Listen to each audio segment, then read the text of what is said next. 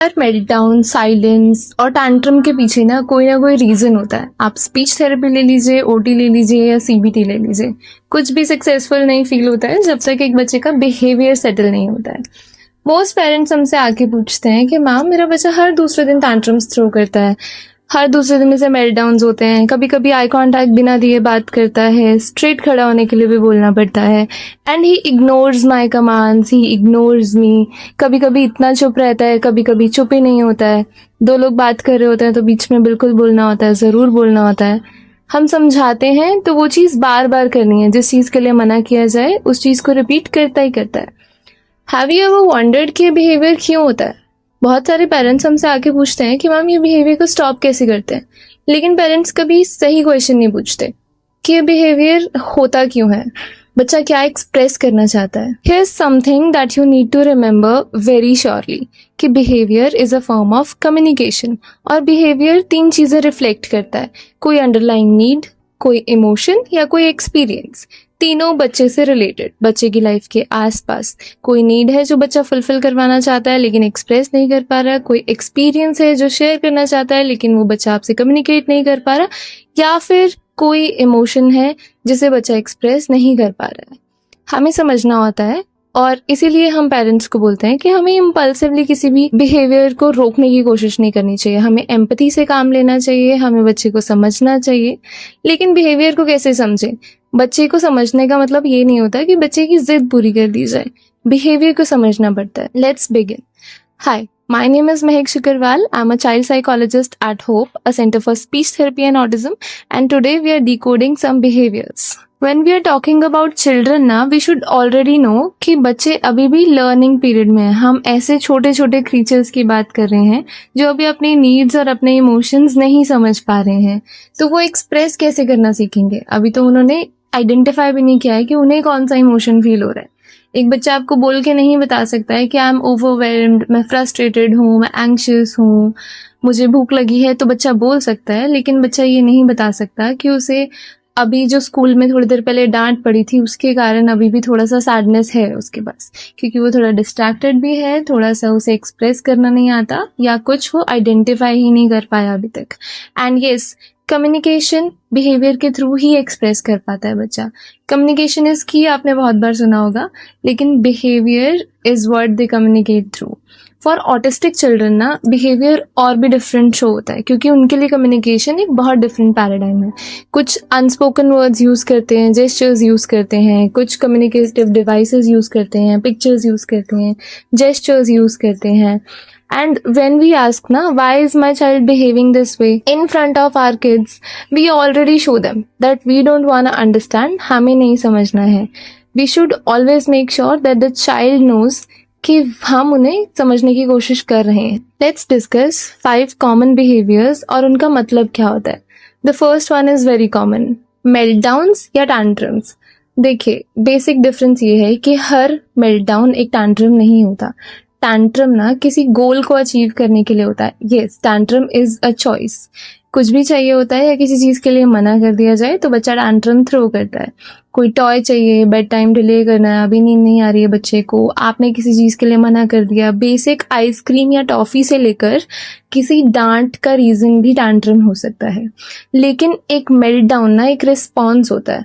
Response overwhelm जब बच्चा हो जाता है उस चीज का रिस्पॉन्स होता है। ये एक चॉइस नहीं होती, मैनिपुलेशन की फॉर्म नहीं होती। अगर एक बच्चे को मेल्ट डाउन हो रहा है ना, कोई सेंसरी ओवरलोड भी हो सकता है, बच्चे के रूटीन में चेंज भी हो सकता है, कोई कम्युनिकेशन डिफिकल्टीज आ रही हैं, इमोशनल ओवरलोड हो सकता है बच्चे का, इसलिए भी मेल्ट डाउन हो सकता है। लेकिन मेल्ट डाउन्स के वक्त ना आपको बच्चे को कोई लेसन नहीं टीच करना होता है, नो मीन्स नो नहीं बोलना होता है। मेल्टडाउन्स के वक्त आपको बच्चे को सेफ फील करवाना होता है। मेल्टडाउन्स बच्चा अपने बड़े ही सेफ स्पेस में शो करता है। टैंट्रम कहीं भी थ्रो किया जा सकता है, किसी मॉल में, किसी शॉप के बाहर, किसी रिलेटिव के घर। मेल्टडाउन्स आर वेरी कॉमन, लेकिन उस बच्चे को सेफ फील करना है, इसलिए मेल्टडाउन्स होते हैं। ऑटिस्टिक बच्चों में ये चीजें ज्यादा देखने को मिलती हैं, तो उस वक्त पे हमें ना बच्चों को अश्योरेंस देना होता है, येस वी अंडरस्टैंड यू। उन्हें सेफ फील करवाइए, जेंटल वॉइस यूज कीजिए, कोक्स कीजिए बच्चे को, और येस बच्चे को ये फील होना चाहिए कि no matter what, my parents and my caregivers are with me. The second one is withdrawal या क्वाइटनेस। कभी कभी ना बच्चे अनयूजुअली क्वाइट हो जाते हैं, बिना किसी से बात किए बस अपने कॉर्नर में जाके, अपने कमरे में जाके चुपचाप खेलने लग जाएंगे। ऐसा तभी होता है जब भी बच्चे एंग्शियस होते हैं, उन्हें लगता है कि मेरी बात तो कोई सुनना ही नहीं चाहता, मैं बार बार बात करता हूँ लेकिन मम्मा बिजी होती हैं, पापा बिजी होते हैं, या मुझे टोक देते हैं, या बच्चा बहुत टायर्ड हो, इमोशनली ओवरवेल्म्ड हो, तब भी ऐसा हो सकता है। बच्चा अपने आप को एक्सप्रेस करने की कोशिश ही नहीं करता है फिर, और अपने आप में ही बिजी हो जाता है। फॉर ऑटिस्टिक किड्स ना ऐसा तब भी हो सकता है जब हमने बच्चों को बहुत नॉइजी इन्वायरमेंट में रखा हो थोड़ी देर के लिए, सोशल सिचुएशन से उनको नेविगेट करना पड़ा हो, ज़बरदस्ती हमने सोशल इंटरेक्शंस करवाई हो, या फिर उन्होंने बहुत ज़्यादा एनर्जी स्पेंड कर ली हो। जैसे स्कूल से वापस आते हैं बच्चे तो बहुत अपना थोड़ी देर के लिए क्वाइट रहते हैं, कि धीरे धीरे घुलना मिलना शुरू हो जाते हैं। Instead of forcing a conversation, ऐसा नहीं कह सकते हैं हम उस वक्त पे बच्चों को कि चुपचाप अपने कमरे से बाहर आओ और सबके साथ आके बैठो। आप जो काम कर रहे हैं आप अपना काम उसके पास जाके कर लीजिए। कोई कॉन्वर्जेशन फोर्स करने की कोशिश नहीं करनी है, हमें बच्चे के साथ एंजॉय करना है उस वक्त पे कोई ना कोई चीज, कुछ ड्रॉ कर लिया, ब्लॉक से खेल लिया, रीडिंग कर ली, सिंपली जस्ट बी देयर। आपके कुछ बोलने से, कुछ अप्रिशिएट करने से उस वक्त आपकी प्रेजेंस ज्यादा इंपॉर्टेंट है। आप कुछ नहीं भी बोलेंगे तब भी चलेगा, लेकिन बस बच्चे को प्रेजेंस आपकी फील होनी चाहिए, पता चलना चाहिए कि उसके आसपास कोई है, that we care about your kid. The next one is aggressive behaviour. हम सब ने सुना है बच्चे चीजें हिट करते हैं, फेंकते हैं, बाइट करते हैं, लोगों को किक करते हैं, मारते हैं, शाउटिंग करते हैं। हर किसी के लिए बहुत अपसेटिंग हो जाता है ना। लेकिन what if I tell you, aggression is a sign कि बच्चा कम्युनिकेट करने में स्ट्रगल कर रहा है। बच्चे को किसी तरह का डिस्कम्फर्ट हो रहा है तो बच्चा उसके लिए भी एग्रेसिव हो रहा है। बच्चे को कुछ नहीं मिला उसके लिए भी एग्रेसिव हो रहा है। लाइट चली गई, टीवी ऑफ हो गया, उसके लिए भी एग्रेसिव हो रहा है। तो इसका एक सिंपल सा साइन है कि बच्चा कम्युनिकेट करने में, एक्सप्रेस करने में स्ट्रगल कर रहा है। और उसका रीजन बहुत सारे हो सकते हैं, लेकिन धीरे धीरे ये चीज ना पैटर्न बनती जाती है, इसीलिए बच्चे को हमें कामली हैंडल करना पड़ता है। यस, वी ऑफन से कि आपको बच्चे को हिट नहीं करने देना होता है, थोड़ी सी पॉजिटिव पनिशमेंट्स भी दे सकते हैं हम बच्चे को। बच्चे को बेसिकली हमें ये एक्सप्रेस करना होता है कि अगर आप एग्रेशन के अलावा पोलाइटली चीजें कहोगे तो आपकी चीजें, आपकी डिमांड्स बहुत जल्दी एक्सेप्ट हो सकती हैं। इसी को हम पॉजिटिव रीइंफोर्समेंट भी बोलते हैं। और aggression is a very deep rooted behaviour, बहुत कॉमन है, लेकिन बहुत पेशेंस रखनी पड़ती है पेरेंट्स को। इसलिए हम यूजुअली कहते हैं कि एग्रेसिव बिहेवियर के लिए अगर आपको प्रोफेशनल हेल्प सीख करनी पड़े तो आप कर सकते हैं। सिमिलर सिचुएशंस फ्यूचर में ना आए, इसलिए पेरेंट्स को हम ट्रेनिंग भी देते हैं, हम पेरेंट्स को टिप्स देते हैं पर्टिकुलर बिहेवियर्स पे। जैसे कि अगर बच्चे ने कोई चीज थ्रो की है तो आपको वो चीज बच्चे के हाथ से ही उठवानी है। अगर बच्चे ने किसी चीज पे नाराज होने के बावजूद एग्रेशन नहीं दिखाया, पोलाइटली या कामली आपसे रिक्वेस्ट की, तो आपको उस बच्चे की डिमांड थोड़ी सी एक्सेप्ट करनी है। बच्चे के बिहेवियर को रिवॉर्ड करना है, नेगेटिव बिहेवियर्स को रीइंफोर्स नहीं करना है।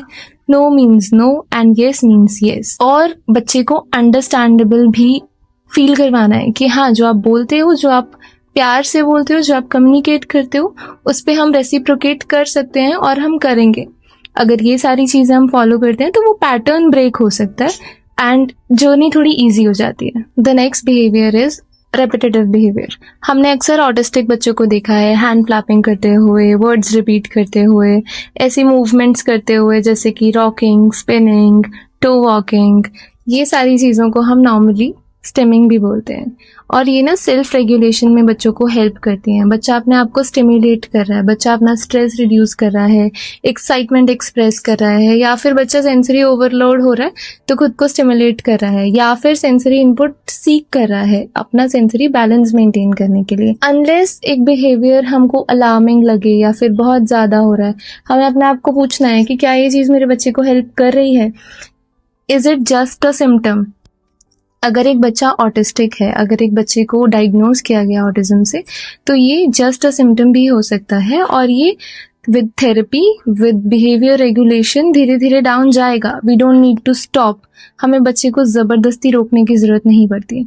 लेकिन जब भी हमें लगता है कि ये चीज बिहेवियर में आ रही है, इसके बिना बच्चा अपने आप को रेगुलेट ही नहीं कर पा रहा है, बच्चा एक्सप्रेस नहीं कर रहा है, कम्युनिकेशन नहीं प्रॉपर कर पा रहा है, सिर्फ एक्सप्रेशन के लिए इन्हीं चीज़ों को यूज़ कर रहा है, सिर्फ स्टिमिंग कर रहा है, उस वक्त पे वी नीड प्रोफेशनल हेल्प।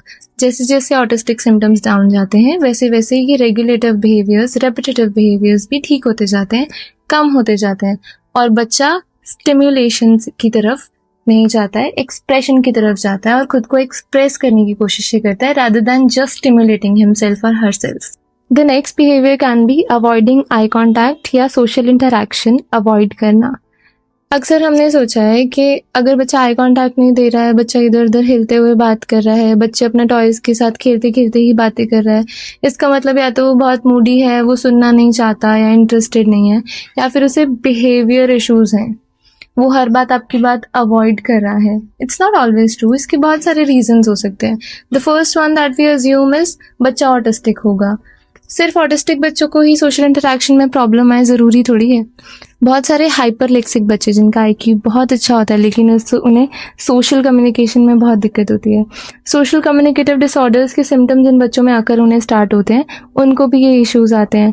और कभी कभी बच्चे का माइंड बहुत ज़्यादा डाइवर्टेड होता है, इसलिए भी ये सारी चीज़ें बच्चा कर सकता है, जैसे कि अपनी चीज़ों में खोया रहेगा लेकिन आपकी बात भी प्रॉपर सुनेगा। आपको इस चीज़ पे ध्यान देना है कि क्या सच में बच्चा अपनी बात सुन पा रहा है, क्या सच में बच्चा आपकी बात पे फोकस नहीं कर रहा है, सिर्फ अपनी काम की चीज़ें सुन रहा है और बाकी चीज़ें इग्नोर कर रहा है, क्या सच में बच्चा किसी चीज़ के सिम्टम्स शो कर रहा है and we are ignoring it.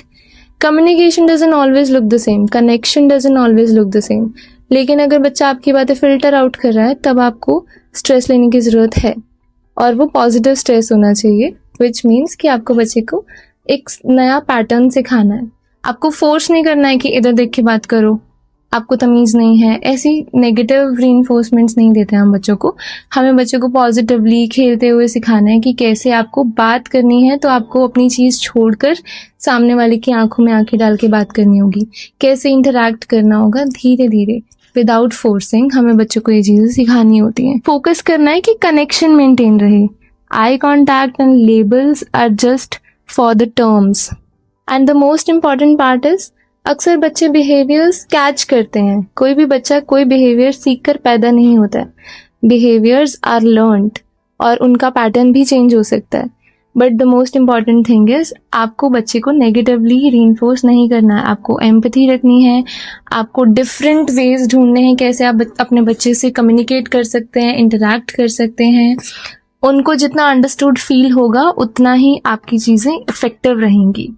बहुत सारे जेस्चर्स यूज़ कीजिए, पिक्चर्स यूज़ कीजिए, राइटिंग कीजिए उनके साथ, कम्युनिकेशन के अलग अलग पैटर्न्स ढूंढिए और उनकी स्ट्रेंथ्स को सेलिब्रेट कीजिए।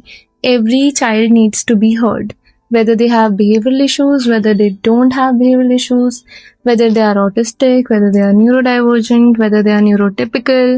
Every child deserves respect, love, communication and empathy. Thank you so much for watching.